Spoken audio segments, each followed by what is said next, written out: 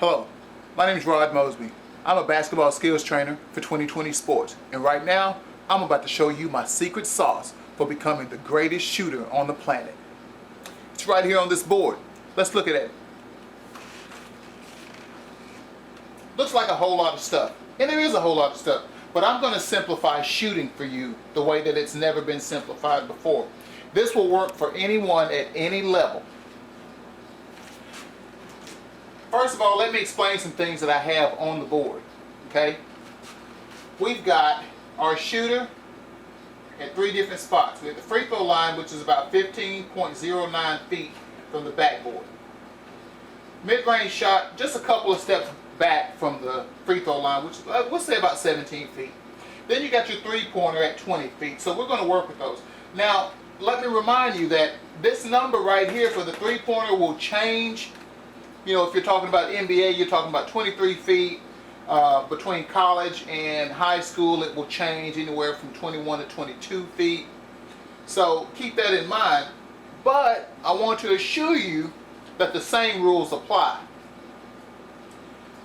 I want to define maximum height. Maximum height is the height of the backboard extended, 13 to 14 feet. 13 to 14 feet high. That is the height that you need to get your shot up to in order to have a great chance at making the basket. Also, we talk about control up, control down. When you shoot the basketball, when you shoot it, it's more ball placement, but your ball placement from your hand to its maximum height is the up. That's what you have control over. What you don't have control over is the down. You don't have control over this because gravity controls the down. So what does that mean?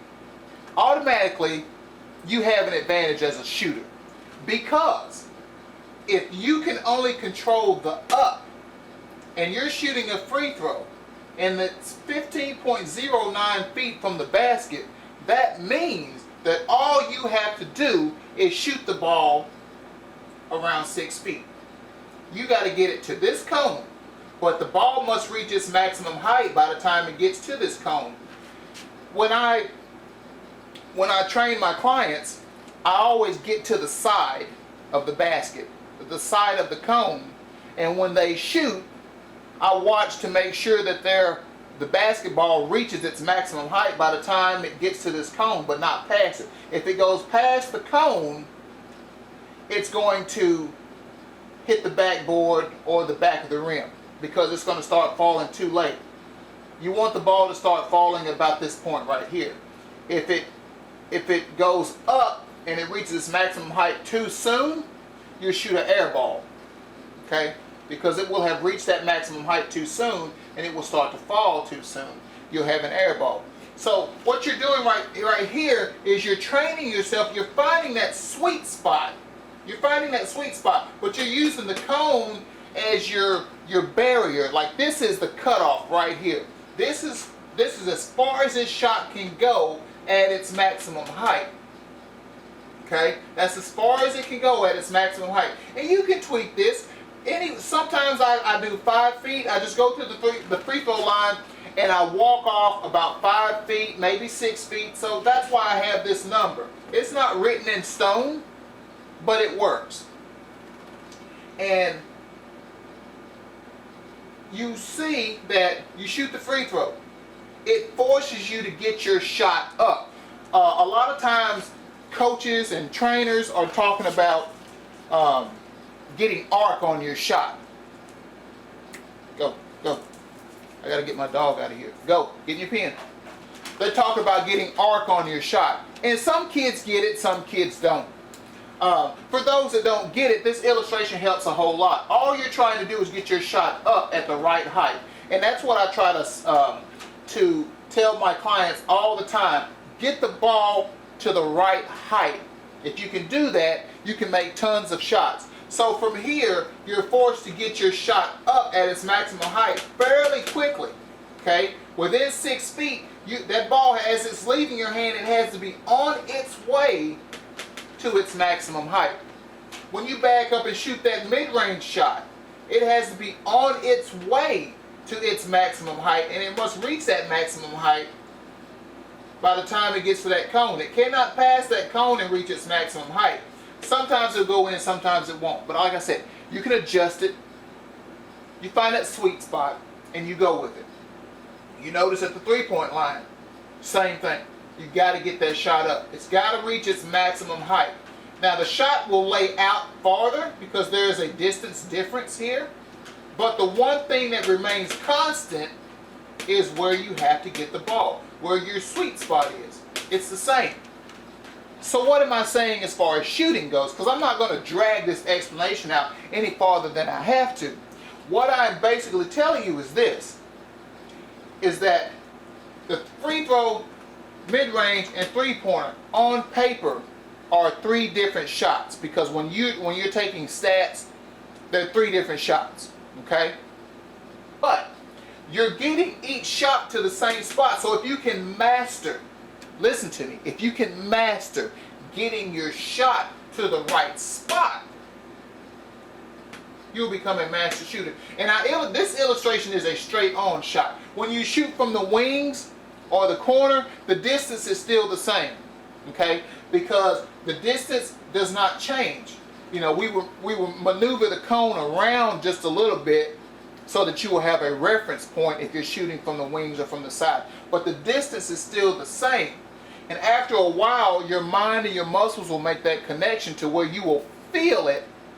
You will feel what it's like to shoot the ball correctly and get it to its maximum height. So it doesn't matter whether you're playing at home, whether you're playing on the road, as long as you stick to your mechanics, you're going to be fine. Because there are three parts to shooting. This is number one, when you catch the ball. Okay? That's number one. Number two is when you're shooting the ball.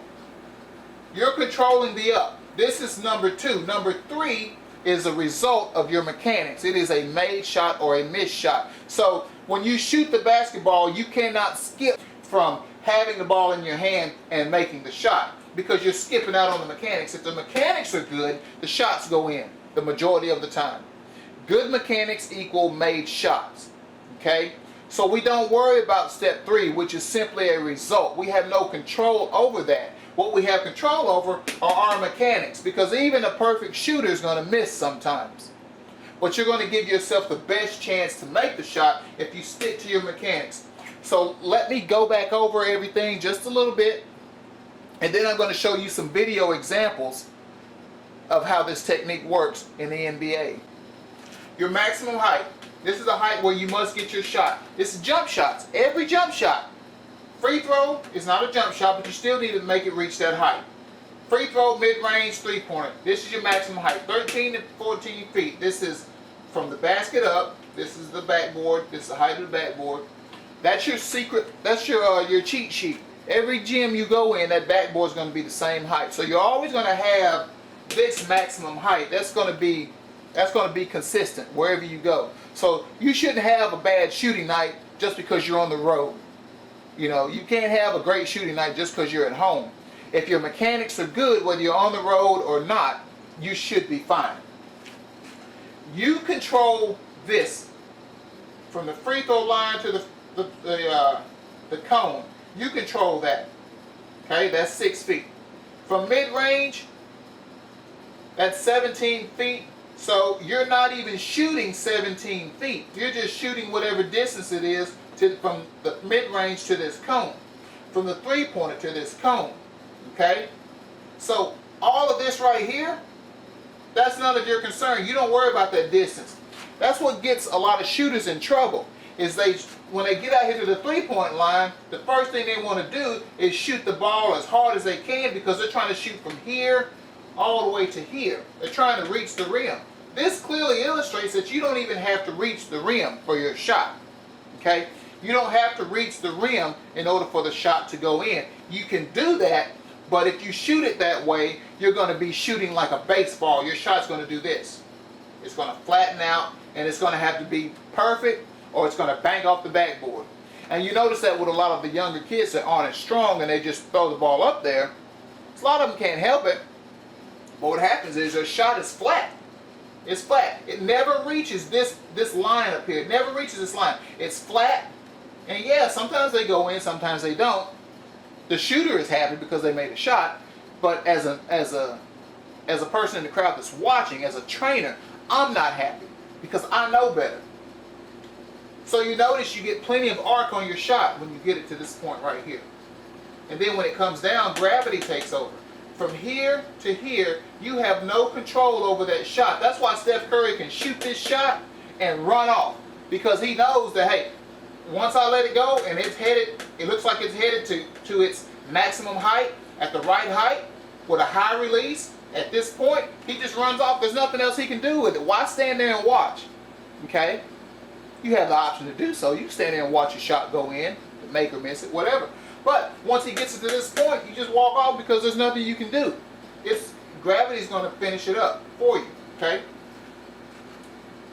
So, you don't have to shoot the ball all the way to the rim. You just got to get it right here. And it's the same thing every time. The same spot every time.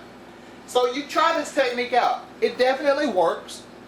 Definitely works. I teach it to all of my clients. When I have my mini basketball camps, which wherever you live, my contact information will be in the description. You can contact me. I live in Arkansas, but I do travel. If it's a big group, if it's a big enough group for your camp, I will travel. I will teach you this technique. You will become a better shooter in a shorter amount of time than you think. This works for not only the Pee Wee kids, but the high school kids. It works for the NBA players. It works for everybody. It works. This is rock solid. And there are coaches out there. There are trainers that are teaching people art and all of those things. I don't recall ever seeing it broken down like this. Okay? I've never seen anyone break it down like this. This is a product of my observation, my studying of shooting, my analysis of shooting over the years. This is what I have come up with. This is my way of simplifying shooting for young guys and even professionals that are having difficulty shooting, trying to make it easier for you. Okay? So that's that. I know it's going to help you. Next thing you're going to see is me illustrating some footage. I'm going to take some footage of some people shooting. I'm going to stop it. I'm going to break it down. I'm going to show you where this line is. I'm going to show you where the release point is. And I'm going to show you the fact that it is reaching its maximum height every time when they shoot the basketball. I'll see you then.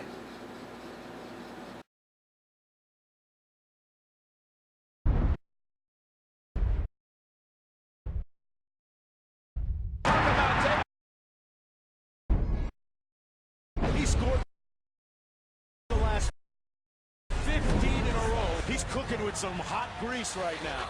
There is no player in NBA history that has done what this kid is doing from a marksmanship perspective. We've seen that movie before. Steph Curry with another three. He's an artist. Shooting long distance. Unbelievable! Making it rain in New York. It's creating such awe in me, and I'm not that easily awed. Curry for the lead.